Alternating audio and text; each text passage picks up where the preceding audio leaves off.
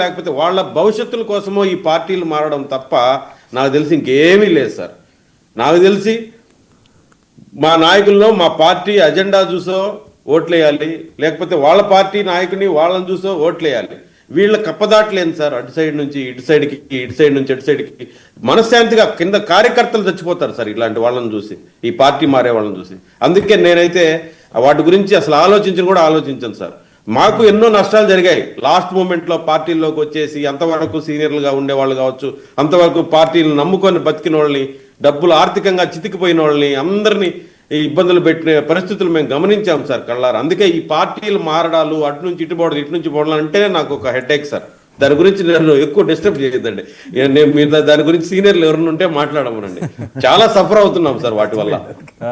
నేను వాస్తవంగా చెప్తున్నా, సఫర్ అవుతున్నాం.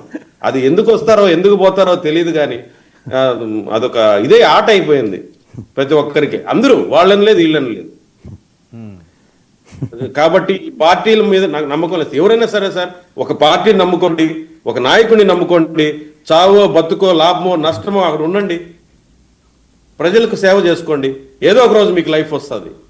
అంతే తప్ప అక్కడ డబ్బు ఉందని ఇక్కడికి, ఇక్కడ డబ్బు ఉందని అక్కడికి, అక్కడ పదవులు వస్తాయని ఇక్కడ వస్తాయని దాటుకొని ఇదంతా ట్రాష్ సార్. నన్ను అడిగితే శాశ్వతం కాదు. మీరు తీసుకోండి, ఒక్కొక్క సీనియర్లు ఎవరైనా కొంతమంది అన్ని పదవులు అనుభవించేస్తుంటారు, మంత్రి లెవెల్ వరకు 4-5 పార్టీల చరిత్ర ఉంటుంది. అవును, కరెక్ట్. ఇవన్నీ ఎందుకు సార్? నాకైతే పర్సనల్గా నేను యాక్సెప్ట్ చేయలేను సార్ ఇవన్నీ. ఏం చేస్తారు, మీకు ఎఫెక్ట్ తగిలింది కదా. నాకని కదా సార్, నాకు నా మనస్ఫూర్తిగా చెప్తున్నా, నాయకుడిని నమ్ముకోండి. ఈ రోజు కాకుండా రేపైనా భవిష్యత్తు ఉంటుంది అనుకునే వాళ్ళు నేను ఒకటి. అంతే.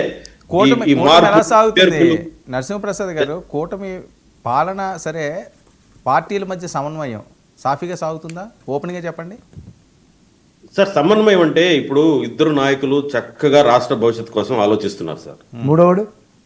మూడో వాళ్ళు బీజేపీ, కేంద్ర ప్రభుత్వం, వాళ్ళ సహాయ సహకారాలు కూడా తీసుకుంటున్నాం సార్. ఖచ్చితంగా ఇది చాలా అర్లీ, 2 years కూడా కాలేదు. మనం కోఆపరేట్ చేయాలి. కింద స్థాయిలో పెయిన్స్ ఉన్నా కూడా, ఇబ్బందులు ఉన్నా కూడా కోఆపరేట్ చేద్దాం. కోఆపరేట్ చేసి మనం అనుకున్న లక్ష్యాన్ని చేరదాం. ఖచ్చితంగా ఈ రాష్ట్ర భవిష్యత్తు ఉంటుంది సార్. నేను ఇంతకుముందు డిబేట్లో కూడా మీరు అడిగినప్పుడు నేను చెప్పాను, నేను ఆ లక్ష్యం, కూటమి లక్ష్యం వ్యక్తిగతం కాదు, రాష్ట్ర ప్రయోజనాలు.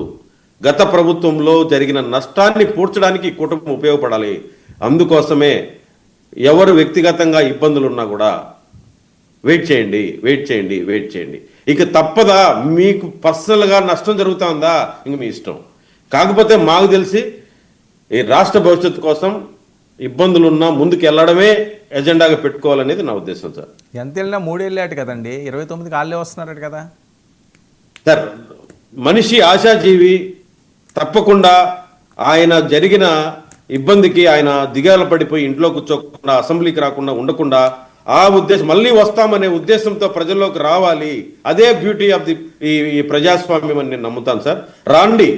ఏమో గతంలో చేసిన తప్పుల నుంచి మీరు పశ్చాత్తాపడి ప్రజలను మెప్పించుకుంటారేమో. ఎవరి సొత్తు కాదు ఈ ప్రజాస్వామ్యం అనేది. రండి, మెప్పించండి. అంతేగాని కుట్రలు కుతంత్రాలు వద్దు. అదేవిధంగా దోపిడీలు, అనైతికాలు వద్దు. స్వచ్ఛమైన మనసుతో రండి, ప్రజలు ఆశీర్వదిస్తారు. కుట్రలు కుతంత్రాలు ఏమైనా చేస్తున్నారనా మీ అనుమానం?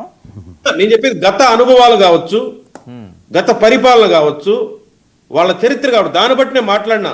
అవన్నీ మార్చుకునేందుకు అవకాశం ఉంది. మార్చుకోండి, ప్రజలు యాక్సెప్ట్ చేస్తారు. ఎవరికి సొంతం కాదు. 5 సంవత్సరాలకు ఒకసారి ఎందుకు మనల్ని మ్యాండేట్ అడుగుతున్నారు? మీలో మార్పు వస్తుందేమో, చేసినట్టువి రెక్టిఫై చేసుకుంటారేమో. చేసుకోండి, అడగండి. అంతేగాని మేమే వస్తాం అంటే అనుకోండి, తప్పులేదు. అట్లా అనుకోకపోతే క్యాడర్ నిలబడదు. అనుకోండి, రండి. ఇది ప్రజాస్వామ్యం. మీ నాయకుని అసెంబ్లీకి కూడా రమ్మనండి. ఏమన్నా ఉంటే అక్కడ ప్రజల సమస్యలు మాట్లాడమనండి. అన్ని అవకాశాలను వినియోగించుకోండి. ఎలక్షన్కి పోదాం మళ్ళీ. అంతేగాని ఇది మేము 15 సంవత్సరాలు అన్నాం కదా అని మీరు దిగులు పడి ఇంట్లో పడుకోవాల్సిన అవసరం లేదు. మీరు మళ్ళా వస్తారు కదా అనేసి భయపడి మేము అదేదో నమ్మేసి మేము కామ్గా ఉండాల్సిన అవసరం లేదు. పోరాడదాం, రండి. బట్ అల్టిమేట్గా న్యాయ నిర్ణేతలు ప్రజలు, మీరు మంచి చేస్తే మీకు ఓట్లు వేస్తారు, మేము మంచి చేస్తాం అనిపిస్తే మాకు ఓట్లు చేస్తారు. కాబట్టి ఈ ఈ బ్యూటీని మనం కంటిన్యూ చేయాలని చెప్పి నేను కోరుకుంటున్నాను సార్. ఓకే వెంకటేశ్వర గారు, యా 3 ఏళ్లే గడువు మీకు, ఏం చేసినా ఇప్పుడే చేయాలి ఎలా బలపడినా అని నారాయణమూర్తి గారు చెప్తున్నారు. 29 కంపల్సరీ అని.